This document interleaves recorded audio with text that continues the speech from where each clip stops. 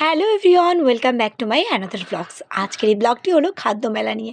হ্যাঁ, তবে চৌরাস্তা বেহালার যে বরিশাল মেলা খাদ্য মেলা কিন্তু নয়, এটি শৈশনা হাউজিংয়ে আমাদের বাড়ির পাশেই এই খাদ্য মেলাটা বসেছিল, প্রতি বছরই বসে।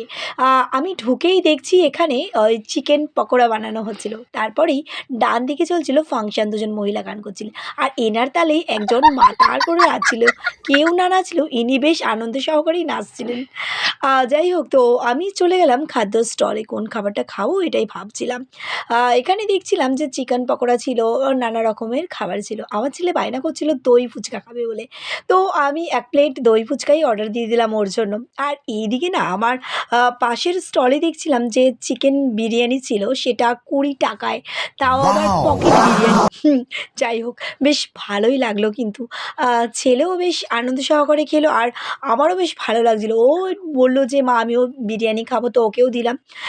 যাই হোক, বিরিয়ানিটা কিন্তু আমার ভীষণ ভালো লেগেছিল। আম দই ফুচকা এবং বিরিয়ানি দুটোই বেশ আমরা মজা এবং আনন্দ সহকারেই খেলাম। তবে আজকে এটা শেষ, যদিও মানে এই মেলাটা, নাহলে তোমাদেরও বলতাম চলে এসো। ২ দিন ধরে মেলা ছিল, শনিবার, রবিবার। যাই হোক, ভীষণ মজা আর এনজয়মেন্ট করলাম। মা, ছেলে দুজনে মিলেই। ভীষণ ভালো লাগলো আমাদের। তোমাদের কেমন লাগলো এই ব্লগটা অবশ্যই জানো। হ্যাঁ, তবে চৌরাস্তার বরিশায় কিন্তু এই ব্লগটা চলছিল। যাই হোক, দেখা হচ্ছে অন্য একটি ব্লগে। Tata, bye, by.